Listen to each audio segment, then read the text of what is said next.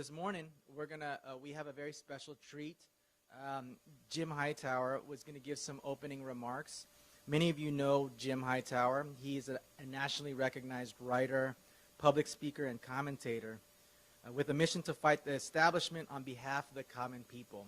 So with that philosophy, he served 2 terms as Texas Agriculture Commissioner and remains a vocal advocate for consumers, environmentalists, and working families. Hightower broadcasts daily radio commentaries. He writes a monthly newsletter called the Hightower Lowdown and has written 7 books, including Thieves in High Places, and There's Nothing in the Middle of the Road but Yellow Stripes and Dead Armadillos. Actually, my favorite book is Hard Tomatoes. So that's another one that you have to read. It's hard to find, but it's out there. He frequently appears on TV and radio programs, bringing his populist perspective to the public. Hightower's humor, honed growing up in Texas, is a signature element of his message. He believes that the true political spectrum is not right to left, but from top to bottom, and is committed to spreading the message of progressive populism across the grassroots of America. I'd like to welcome Jim Hightower.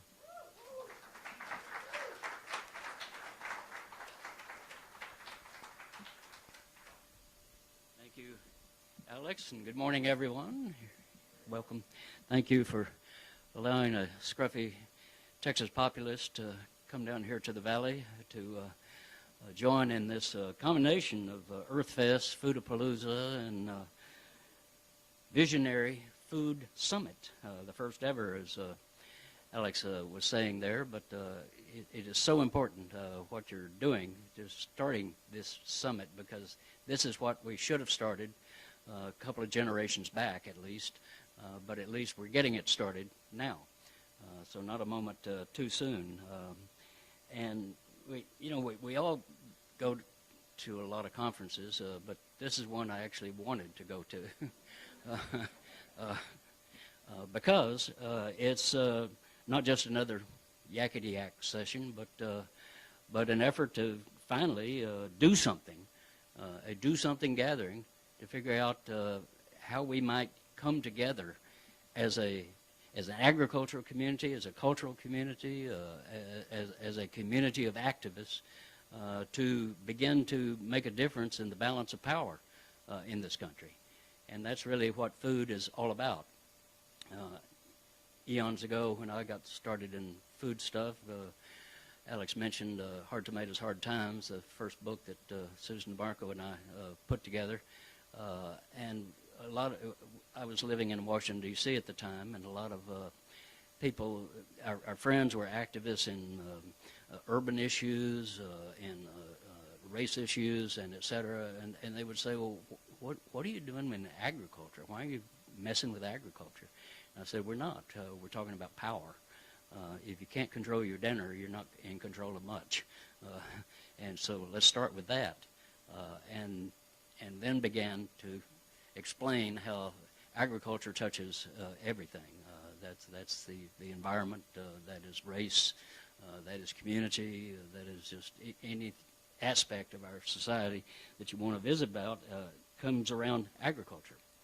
Well, I come to you today from not just from Austin, where I live, but I live on the south side of Austin, and we're a little more irreverent over on the south side, a little more attitude.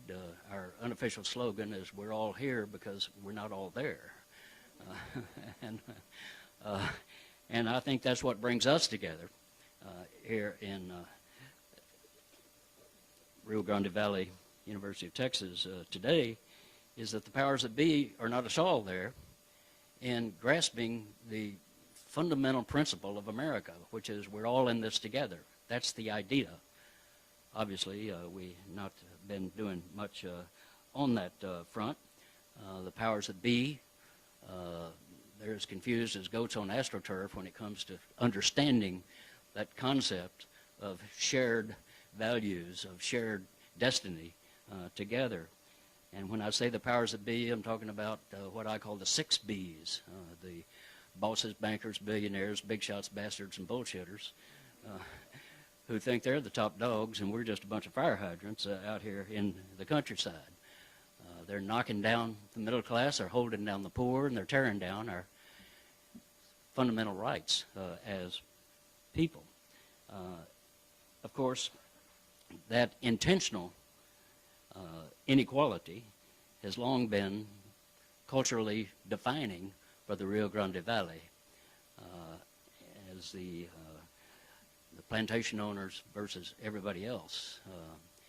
And I use the word plantation specifically because they call themselves plantations down here. The Shivers family, for example, and the Brands, Othel Brand Sr. was somebody I dealt with as agriculture commissioner.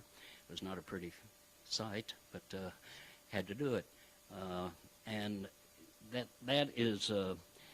that's long been a reality here that you know better than I do, and that's the momentous part of your gathering here, of your participation in this grassroots effort to finally come together and do something, issue a grito for justice in the valley, and more importantly then, organize, mobilize, strategize for a collective effort to do something about that inequality. Un poco más justicia para todos. At last, that's what we're about. That's what we're trying to do. So it's that essential commitment to a unified effort that I see as the importance of this summit. Many efforts have been made in the past. Many of them have had success. I go back to the La Casita melon strike over here in Starr County, and the great really awakening that represented. La Raza Unida, the third-party effort that sprung loose the Latina community to hold political office all across South Texas, and now all across Texas, and even all across America. The United Farm Workers Union, of course. Back, I visited here with Cesar Chavez and Dolores Huerta, and of course Rebecca Flores, and other great leaders in the valley of the Farm Workers Union. And we had our own brief moment in the Texas Department of Agriculture back in the 1980s, where we put the agency on the side of the people for a change for 8 blessed years. They have since done all that they could do to dismantle that effort, but much of it won't go away because the people themselves took the tools that we put forth. There were no farmers markets, for example, in the 1980s here in Texas, and so we launched a farmers market program. The Dallas Morning News, I had campaigned for the office on, among other things, for we should establish farmers markets. I had an uncle that sold at a farmers market as a child. It was just wonderful to me, the smells and the sounds and the joy that was represented there, and the taste, of course. And yet there weren't any. They had disappeared in the 1950s. And so I campaigned on we ought to restart farmers markets. And the Dallas News ran an editorial saying Hightower's completely crazy, that's socialism, government at its worst, coming in to establish markets, if the people wanted farmers markets, the free enterprise system would have created them. So they obviously don't want it. So having won, much to their dismay, we then employed some people, about half a dozen people, to work to just go out into the countryside and see who wanted a farmer's market. And within 2 years, we had 100 farmers markets in Texas because people did indeed want them. Even supermarkets wanted some of them on their parking lots. Churches, of course, community centers, etc., came together around that. Then we got off into organic food. We promulgated the first organic standards that are state established in the United States, and the first standards that we had here in Texas. Again, enormously popular, and again the media said, well, people, if farmers wanted to go organic, they would have gone organic. Well, we found out that farmers did want to go organic, but they didn't know how. Texas A&M wasn't teaching them that. In fact, when I was in political office, Texas A&M, it was no professor could say the word organic in a class. It was outlawed. And the head of organic programs at Texas A&M wanted to meet with me, but he couldn't be seen meeting with me, so he couldn't come to my office or let me come to his office, so we met in a motel in Austin. An illicit engagement there.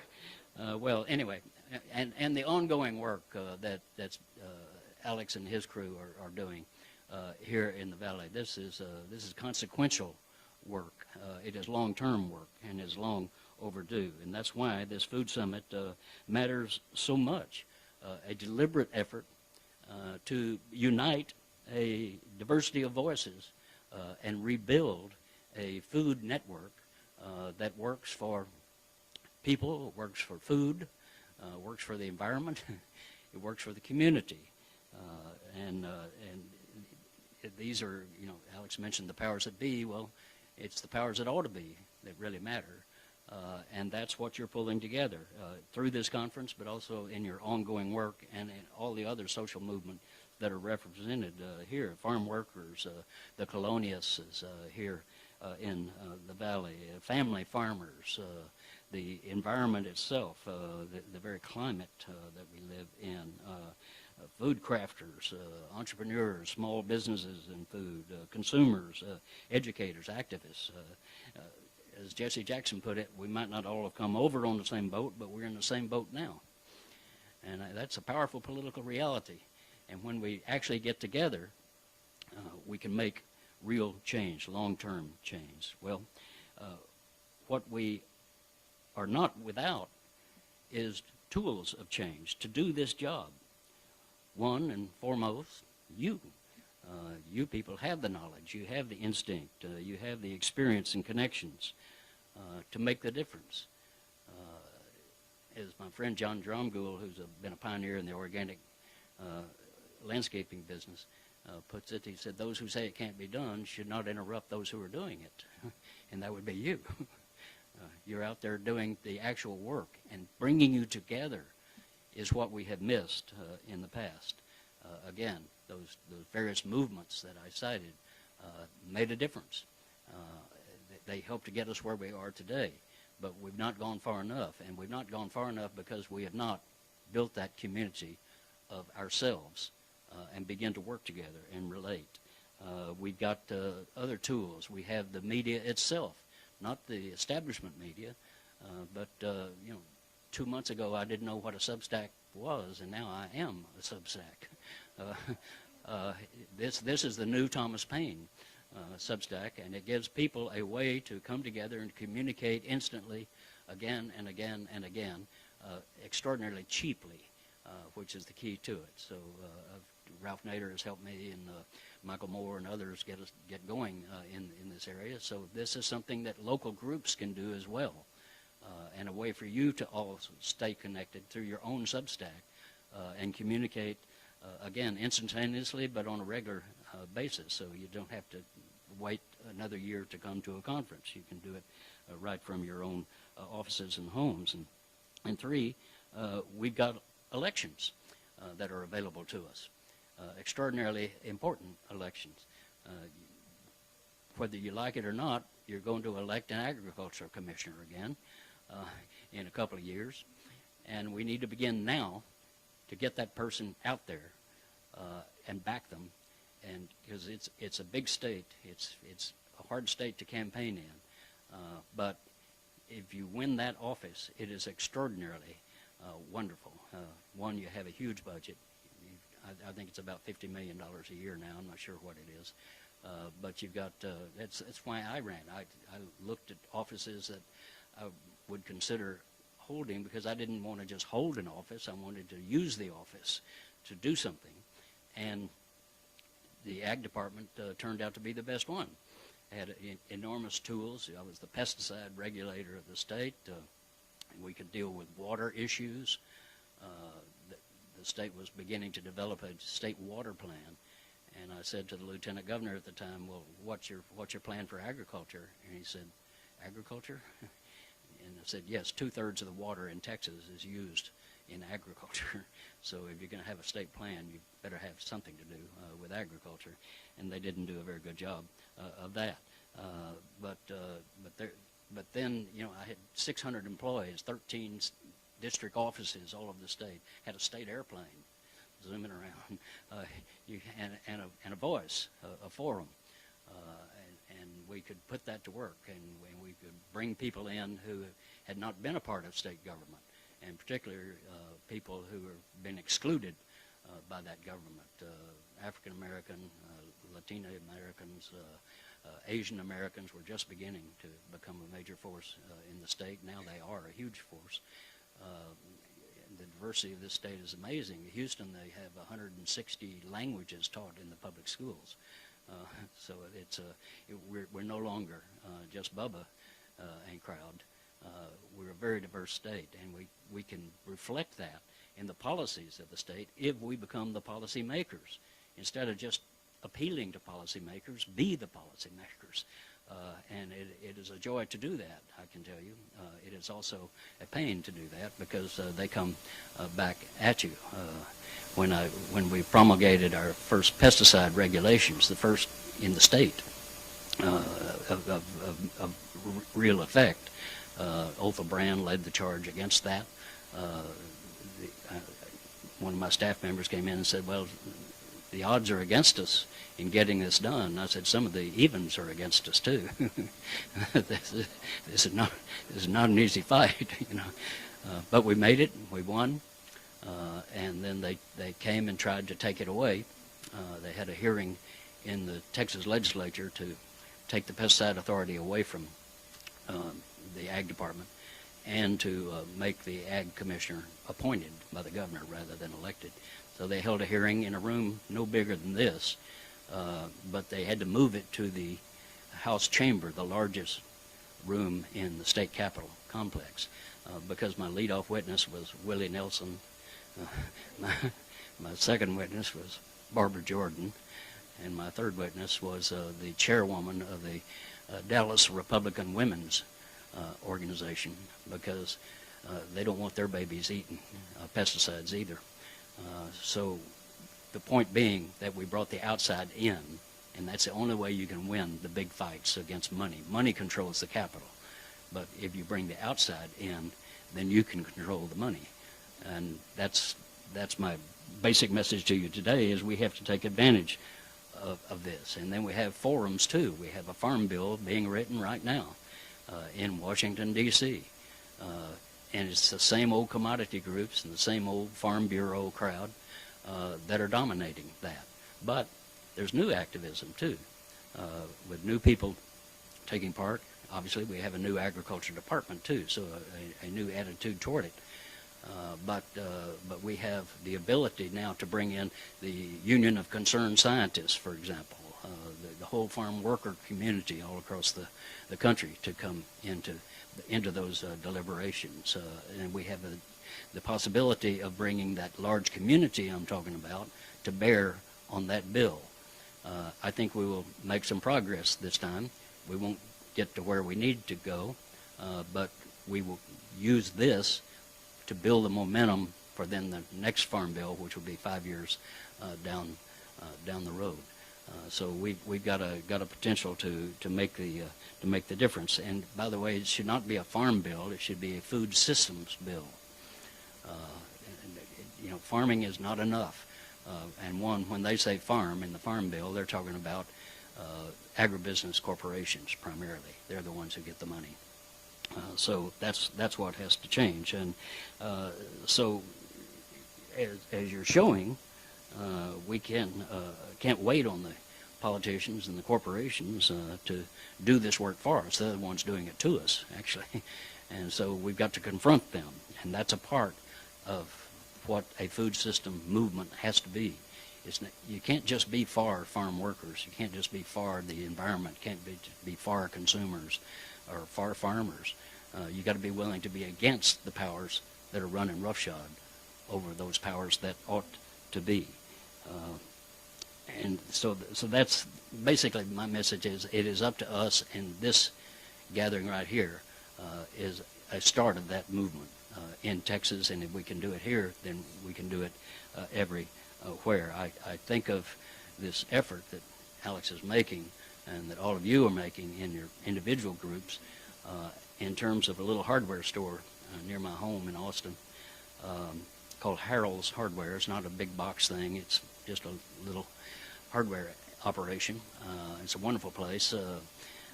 You can, they'll sell you one nail. You don't have to buy the whole package of nails. They'll say, well, what are you trying to do? And you'll say, well, I'm trying to build a podium. They say, well, let's pencil that out here and we'll see what you need. They'll loan you a tool. You can take a power drill home and bring it back. And the slogan of Harold's Hardware is, together we can do it yourself. That's got to be our slogan, doesn't it? Because we can't do it ourselves, but together we can do it all. I'll leave you with this thought, and we'll get to the meat of the subject with our panel today. This is something that came from Louis Grizzard, the late great Southern humorist, who said something that we in the South have always known to be true, and that is, there's a big difference between being naked and being naked. Being naked means you have no clothes on. Being naked means you have no clothes on and you are up to something.